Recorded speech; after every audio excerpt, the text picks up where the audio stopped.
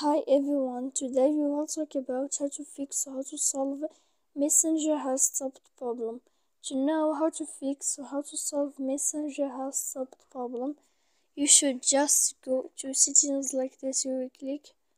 After that, in this page, you will go to apps, default apps, app settings.